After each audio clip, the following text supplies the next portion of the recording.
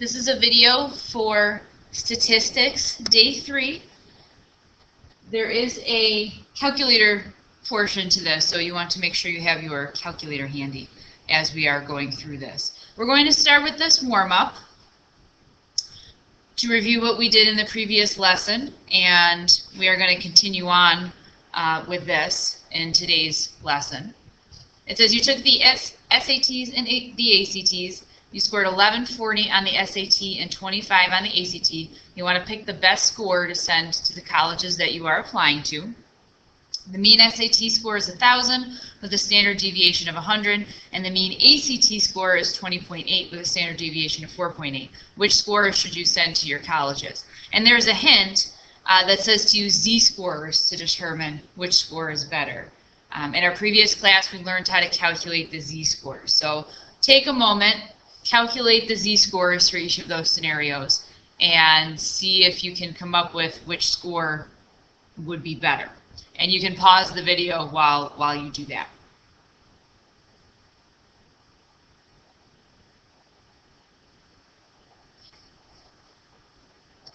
Okay, so if you calculate the z-scores for each of those scenarios, the z-score that we learned how to do in the previous lesson is the observed value minus the mean divided by the standard deviation. So the z-score for the SAT comes out to be 1.4. The z-score for the ACT comes out to be 0.875. Now in this particular question, we're trying to figure out which of your standardized test scores is better. So wouldn't that be the one that's further away from the mean? Right? So if you mapped those out on our normal curve, 1.4 further away from the mean than 0.875. So you'd say that your SAT score is better than your ACT score. So z-scores help us compare data of different kinds. That's where they're really useful. It's a way to standardize, again, data of different types. So it comes in useful in this situation. Okay, moving on now to the new material, probabilities and percentiles using the normal curve.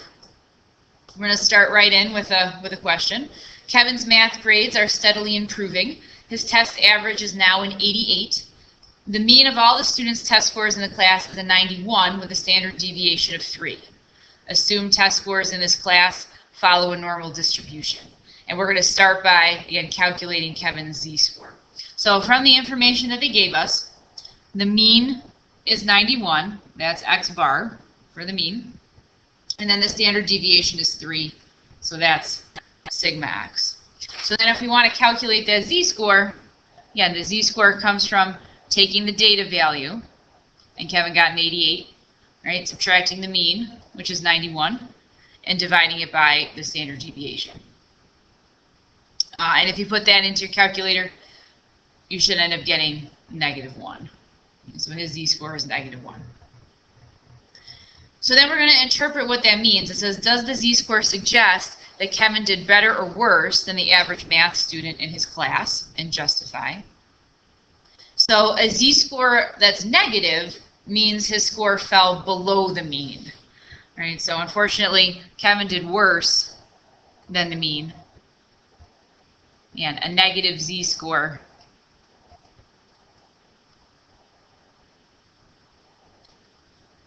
means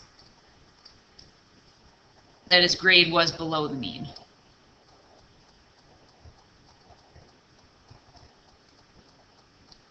So negative z-score means that his grade was below the mean grade. And then part C says, on the normal curve below, label the mean and the standard deviations of the class scores and put a star at Kevin's score.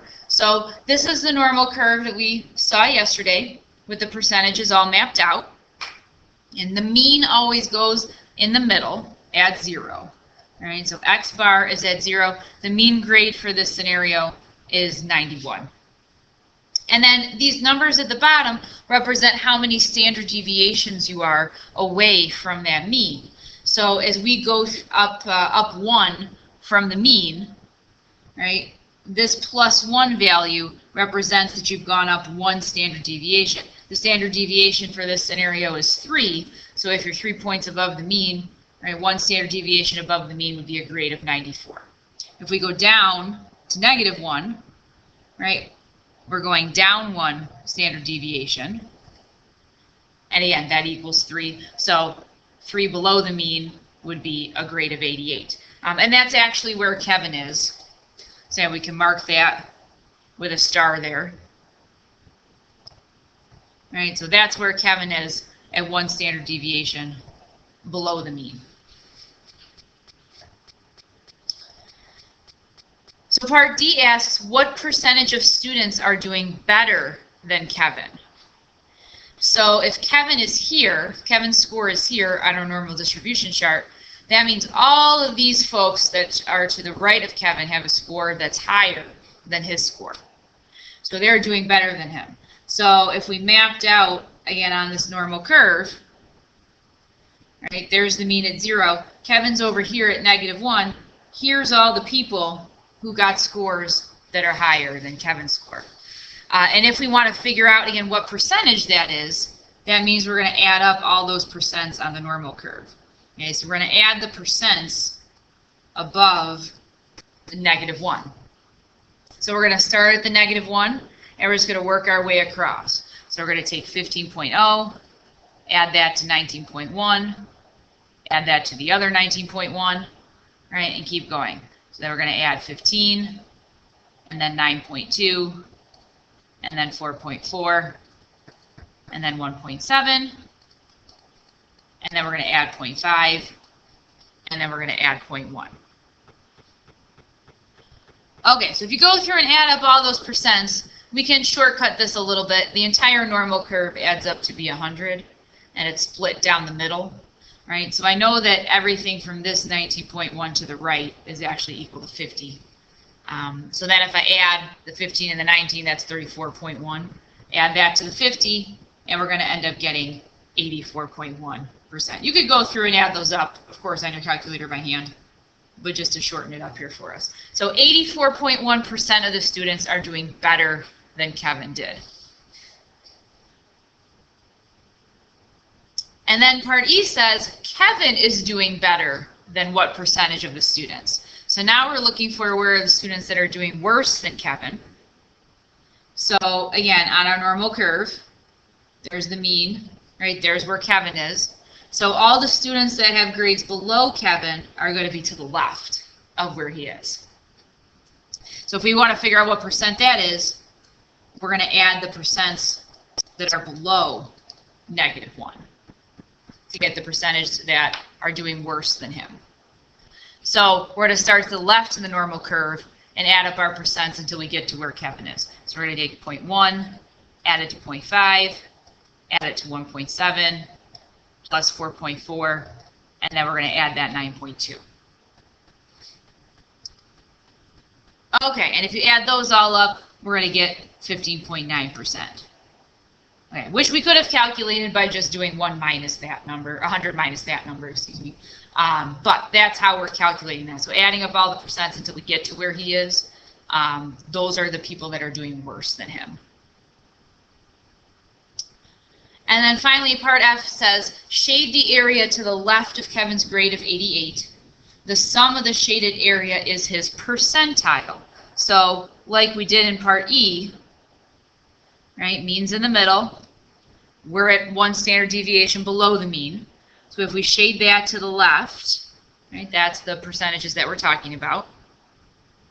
So the percent that's at that point is 15.9. And what that actually is called is his percentile. So I'm going to say Kevin's grade is at the 15.9th percentile.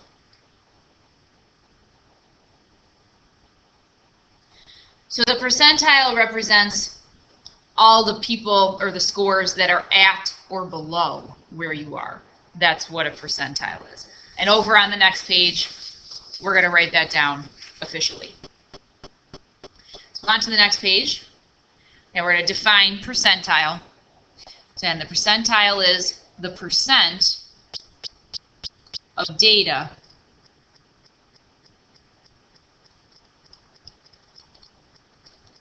that falls at or below a given data value.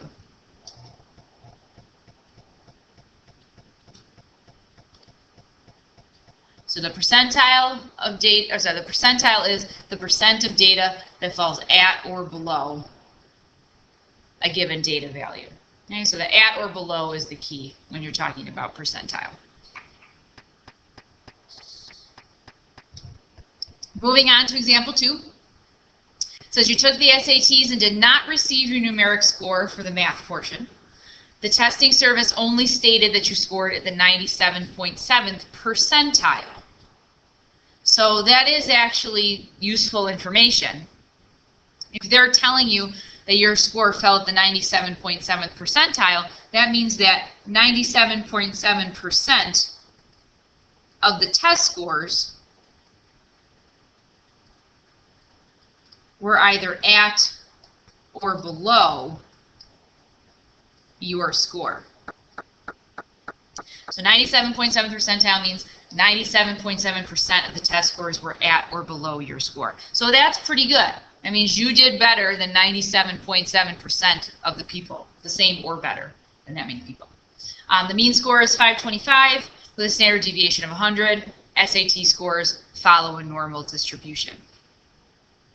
So we can then use that information to actually figure out what score you did get based on that percentile information.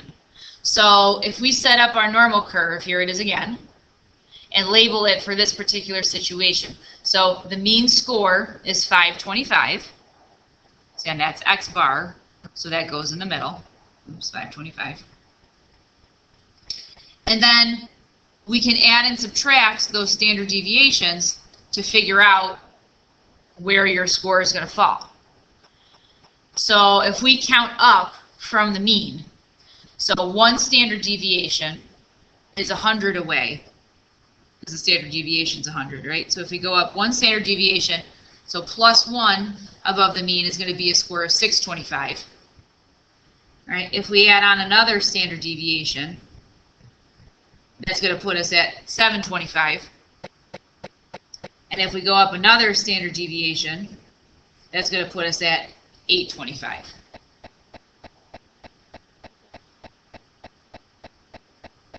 And then to figure out where in particular we are, right, we need to figure out where the 97.7th percentile is. So if you want to find the 97.7 percentile, that means we have to add those percents until you reach 97.7. Okay, so we're going to start to the left of the normal curve, and we're going to add on our percents until we get to 97.7. So I would start at the left-hand side, right, and I would add 0.1 plus the 0.5 plus the 1.7 plus the 4.4 plus the 9.2 plus the 15.0 plus the 19.1. Now that's half the chart, which would give me 50, right? And then we can start adding on from there. And at this point, I'm going to bring the calculator into it, right? So I know I'm at 50 right now. So the next thing is the next 19.1, right? So I could add on that. Again, I got to keep going until we get to 97.7. So then there's another 15. So we'll add the 15. Okay, still not quite. Adding on the 9.2. 9.2. Okay, not quite. Adding on the 4.4. That's 4.4. Okay, oh, there it is. Okay, so after we added on that 4.4, we got to our 97.7%. Okay, so where is that? And in relation to the mean, I stopped right here, right, at 2 standard deviations above the mean. So we've already calculated, because we labeled our normal curve, right, that that's going to be a score of 725. Okay, so where we are in relation to the mean, right, that's how we can figure that out. Now, if we hadn't gone through and labeled that, I could have just looked at that and said, oh, 97.7 percentile is 2 of those standard deviations above the mean. Right? The mean is 525, the standard deviation is 100. So when we add 200 to the 525, right, we get the score of 725. So you can either label the normal curve with the actual scores, or you can compute where it is, but you need to add up the percents so that you can figure out where that percentile falls in relation to the mean, how many standard deviations above and below. And that's how you can figure out where you're at. Okay, let's do another one in that same scenario. So your friend struggles at math. She was in the 6.7th percentile. What score did she get?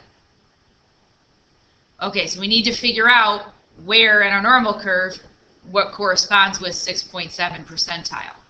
So again, we're going to start at the left, add up the percents until we get to 6.7. Right, so to start by adding 0.1 plus 0.5. And again, just going to my calculator, 0.1 plus 0.5, and we're going to keep adding, again, until we get to that 6.7. So the next one is the 1.7. So add on 1.7. Okay, then I'm going to add on 4.4. We'll add on 4.4. Okay, there's our 6.7. We can stop 6.7. Okay, so where did that bring us on our normal curve? Right here at negative 1.5. Alright, so on our normal curve, mean is there, we stopped there at negative 1.5. Okay, so that's what the 6.7th percentile represents. Alright, so we're at negative 1.5. And what that negative 1.5 means is your negative 1.5 standard deviations below the mean. So you could just calculate that and say, okay, I'm going to take the mean and then I'm going to subtract 1.5 standard deviations. So 525 and subtract 1.5 times 100. So that's 525 minus 150. So you get 375 is her score. And you could label your normal curve and sort of figure out what's going on there. So the mean's at 525, right? One standard deviation below, if I subtract 100, would be at 425. Two standard deviations below would be at 375. Or sorry, that's 325. Got ahead of myself there. All right, 325. So if we're at 1.5 standard deviations below, that means we're going to be right in between the 325 and the 425. That's how we know it's got to be 375 in the middle. And so either way, you can mathematically calculate it or you can work it out on the chart to figure out where you're at.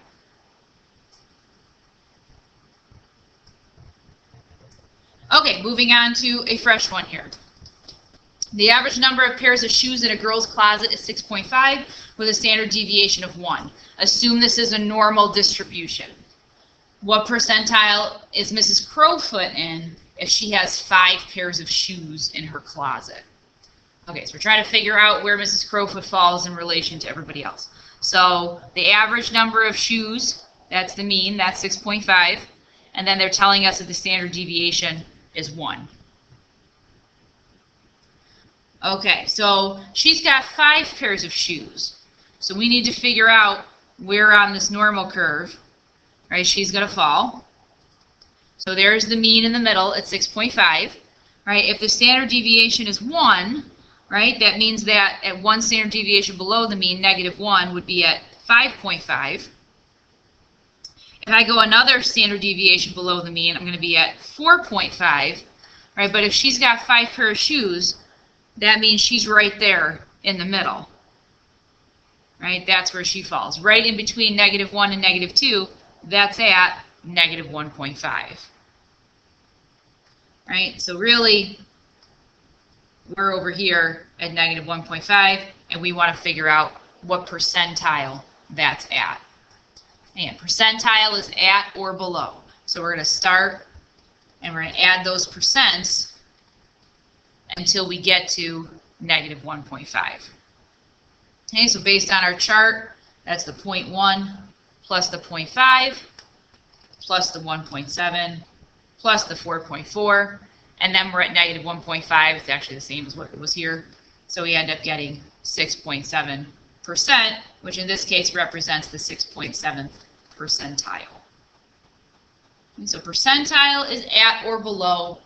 Add the percents until you get to where you are in the chart.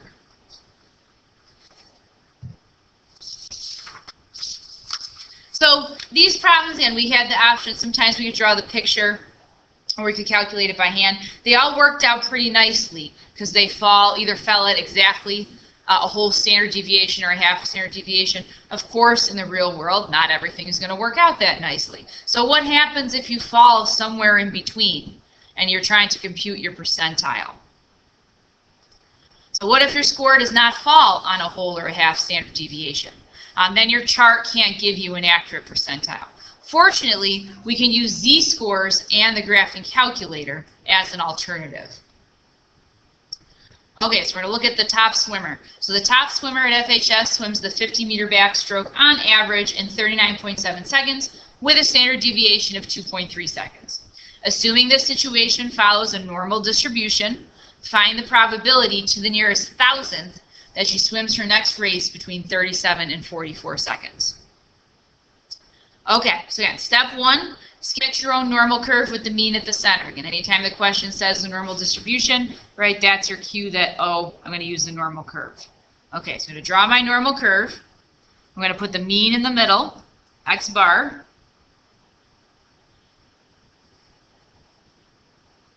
So the mean in this situation is the 39.7. 39.7 goes in the middle. Okay, on average 39.7 seconds.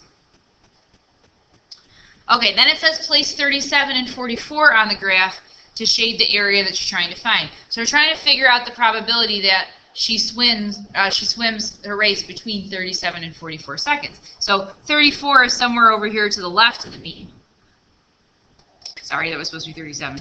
37 is over here to the left of the mean. 44 is over here to the right of the mean.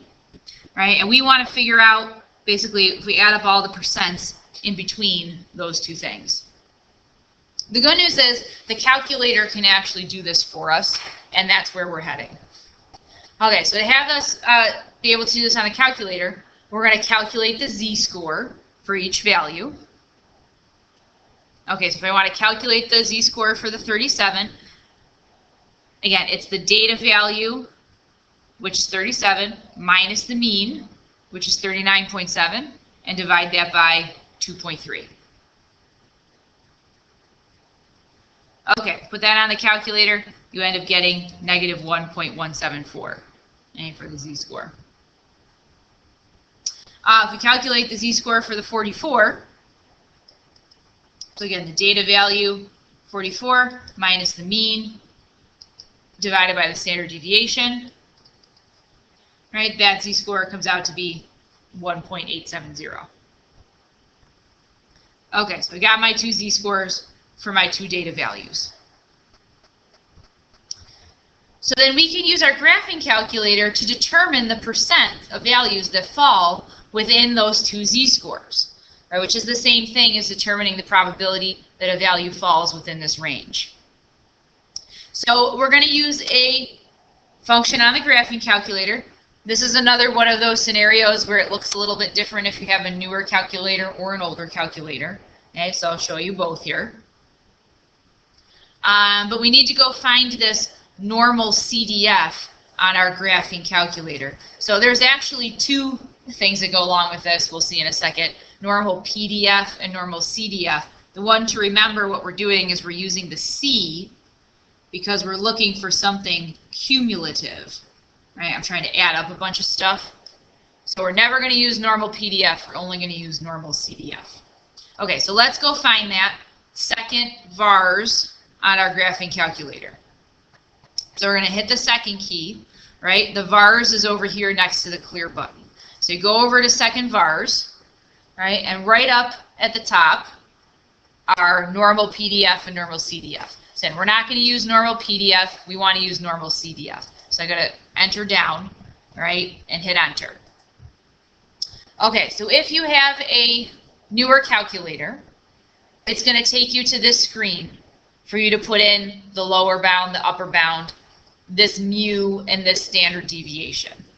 Okay, if you have an older calculator, it takes you back to the home screen, right? And you're going to see this, and then you have to fill in yourself what the lower bound, what the upper bound, what the mu is, and what the standard deviation is. Okay, so that's the difference.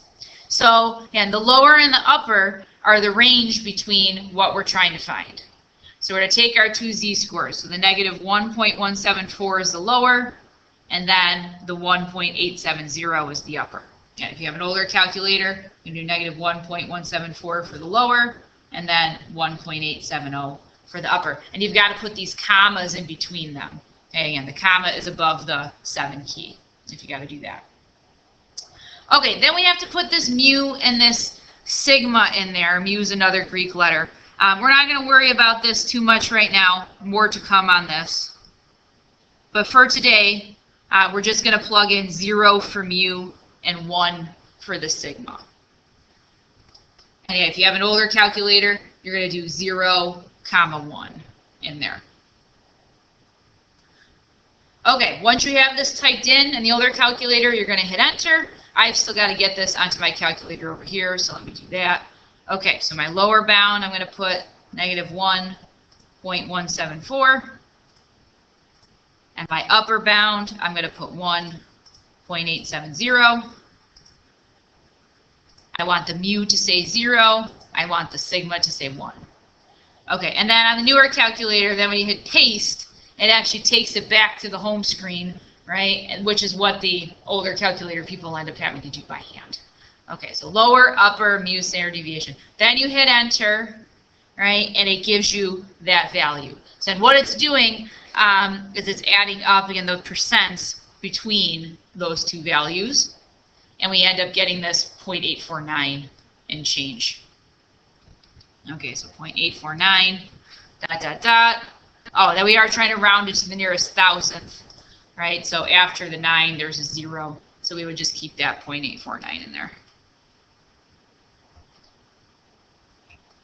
Okay, yeah, it takes a little practice so that you can get the hang of it, but this is how we can have the calculator help us with these normal curve questions. Okay, a few more to practice over here on the last page. Using the same mean and deviation from the previous example, right? So 39.7 is the mean, 2.3 is the standard deviation. Find the probability to the nearest thousandth that the swimmer's time is more than 45 seconds. More than 45 seconds. Okay, so the key to, again, getting these normal distribution questions right is you always want to draw a picture first. Right? Always, always draw a picture. Right? Because it's very easy to have the calculator do it for you, but you have to know how to plug stuff into the calculator. Drawing the picture will help you get organized. And say, okay, the mean is here in the middle, right? That's 39.7. I want to figure out what's the probability that her time is more than 45 seconds. Okay, so how does 45 seconds relate to this? So it's to the right of the mean, right over there somewhere. And then I need everything that's above the 45. So I want to add up all the percents from wherever 45 is going to the end of the normal curve. Okay, the calculator can do that for me. We're going to calculate the z-score. So then take the time, which is 45, subtract the mean, 39.7 divided by the standard deviation. Okay, so you get 2.304 for that z-score. And now we're going to use that normal CDF. So again, over to second in vars. And then we'll write down what we have to punch in, and then we can go punch it in. So when you go second in vars and it pulls up the normal CDF, and the first value that goes in there is the lower bound, right? So we want to start from where we are, which is the 2.304. And then the second value is the upper bound. Now this one doesn't have an upper bound because we need to get to the end. So we need to put something in there, though, to identify to the calculator that we need to go all the way to the end of the normal curve. So what we're going to do is put a very large number in there so that it knows. So what we're going to use is 1 times 10 to the 99. right? Another way to do that is with the scientific notation, 1E 99. Again, I'll show you how to do that. So this is what we want to do when our upper bound is infinity, basically. Right? So when the upper bound is equal to infinity, we're going to put a giant number in there so that the calculator knows that that's what we're talking about. Okay, so lower bound, upper bound, 0, and 1 for our normal CDF. Okay, then let's go over to the calculator and punch that in. Okay, so I'm going to go back to second in VARs, normal CDF, always normal CDF. Okay, so now I want my lower bound to be 2.304. And then for my upper bound, I want to do this 1 times 10 to the 99. So you can either do 1 times 10 and put a caret 99 in there. That's fine. Or it's slightly easier to get the scientific notation. The EE button is above the comma. So I'm going to do 1, and then you do second, comma, EE 99. Okay, it's the same thing, that scientific notation. And then keep the 0 and the 1. And if you have an older calculator, you're typing it in just like we did here, either way. Okay, but then I'm going to arrow down here, I'm going to paste it back to my home screen, and then actually have it calculate that for me.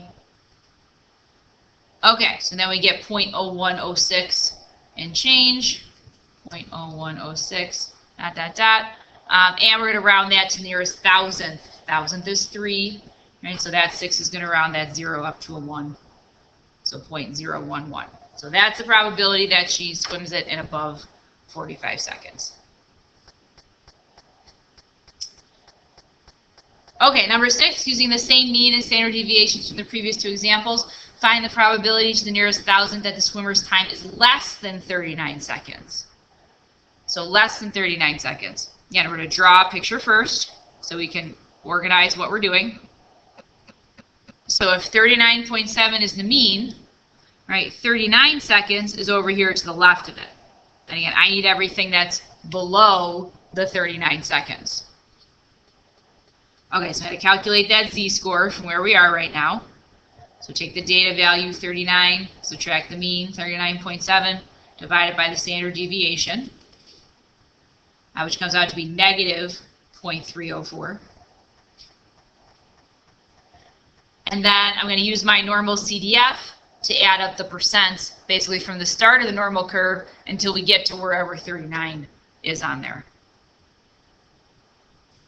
Okay, so yeah, we're going to do second VARs, which is going to take us to normal CDF. Okay, we have to put in the lower bound and the upper bound. So now my lower bound is basically negative infinity because I'm saying I want us to start at the beginning of the normal curve. So just like we did here, I'm going to use this scientific notation. The only difference is when I'm using it for the lower bound, I'm going to put a negative on there. So I'm going to make this be negative 1e, to the 99. Negative 1e to the 99. And again, that's when your lower bound is equal to negative infinity. Okay, so my lower bound is negative 1 times 10 to the 99, or negative 1e to the 99. My upper bound is going to be that negative 0.304, and then we're going to do 0, and we're going to do 1. Okay, again, older calculator people, type this in. Newer calculator people, we're going to put that on our screen. Okay, so second VARs, normal CDF. Okay, so now I want to do negative 1 e to the 99. Oops, not a caret. E to the 99. Okay, and then my upper bound is going to be negative 0.304. Negative 0.304. Okay, and then keeping the 0 and the 1. Pasting that back to the home screen, and then the calculator will figure that out. Okay, so 0.38056, right? Rounding that to the nearest thousandth, which is 3. That's going to end up being 0.381. Okay, so negative, oh, not negative, sorry. Adding percents, it's positive. Positive 0.38056, ... So positive 0.381. There we go.